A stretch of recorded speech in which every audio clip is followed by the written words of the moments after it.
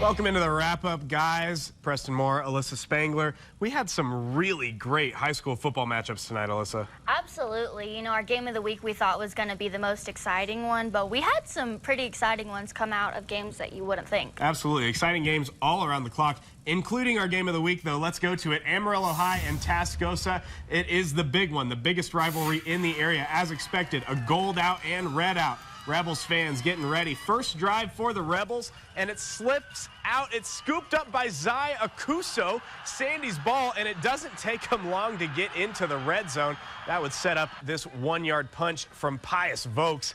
Amarillo goes up 7-0 with 5 minutes left in the first quarter. Sandy's, though, they still have plenty more where that came from. Will Flaming with a shot to Cooper Manning. He takes it in 7 more yards. Sandy's up by 2 scores. It's not even the second quarter yet.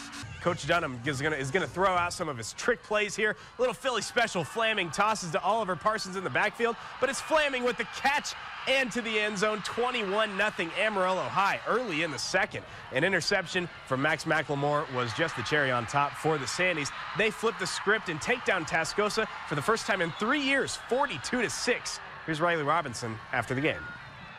All right, News Channel 10 game of the week. Amarillo High comes out with a big win over Tascosa, 42-6. Coach Dunham, big rivalry win, starting district 1-0. How are you feeling? Feel great. I really do. I mean, I'm tired. I'm exhausted. After you know, you put a lot into this thing, a lot of emotions, a lot of nerves. I'm so proud of our kids, so proud of our coaches. I thought we put a great game plan together, and I thought our kids did a wonderful job of trusting and executing the game plan. So, you know, it's just proof of what we can do when we put a complete ball game together, and it felt good to do that. So, really excited. And then one kid that, like you put the game plan together, had a great game. Will Flaming right here at QB. Will, you came out just strong on offense, capitalizing on a lot of turnovers there from the defense. How do you feel like that strong start just kept the momentum up during the whole game? Yeah, I feel like Coach John's message all week was starting fast and finishing strong, so I feel like being able to obtain that. We started fast last week, didn't end the way we wanted it to, but I feel like this week we started fast and never let up, so I thought it was a great job for a team. And then defensively, like I said, capitalizing on those turnovers from the defense early on in the game. What do you have to say about the defense performance? Great performance tonight. Very physical, attacking the football, running to the football well, recognizing formations and eyes where they're supposed to be. Great things happen when you play disciplined football, and our kids did that tonight. So really excited about them, really proud of them. I feel great right now. And then one last question here for you, Will. I mentioned it earlier. You got to go out for a little Philly special pass there. How was it catching a pass instead of throwing it that time? It was really cool. It was special. It was something exciting, especially this rivalry. It was awesome. It was something I'll never forget. Well, again, congrats, guys. Again, Amarillo High getting the big win over Tascosa, 42-6 for our game of the week. But I'm going to send it back to you guys now in the wrap-up in the studio, Alyssa and Preston. Thanks, Riley. I mean, what a game from Amarillo High. Tough loss for Tascosa, but first time in 3 years, really statement game for the Sandys. It's kind of crazy when you think about it. I was actually a senior in high school whenever they beat us the last time. They beat us again, taking my record. Yeah, very, very big game.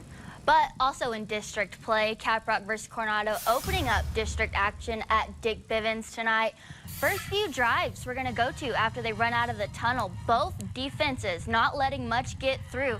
Huge sack here from Tamarion Steele. Beginning of the second, the Mustangs finally got something going. Dom Parrish connects with the receiver upfield, good enough for a first down, and eventually sets the Mustangs up in the red zone. Parrish with a shot to Sorrell. Garrett in the end zone. Coronado takes this one 21-7 over the Longhorns.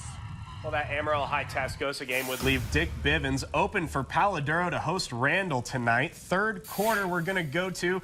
Don's running out of the tunnel after halftime. Don's with the ball, and Darian Lewis showing why he's one of the best in the Panhandle. A 30-yard scramble for the sophomore quarterback. Loses his balance, but he stays on his feet. What a run for the Dons. That would set up this play. Guess who? Darian Lewis yet again. Makes the defense thinks he's going one way, and whoop, changes directions with ease, leaving multiple Raiders defenders in his dust. Touchdown Paladuro. The Dons were trailing by 7 at the half, but outscored the Raiders 31-6 in the second half for the win, 45-27.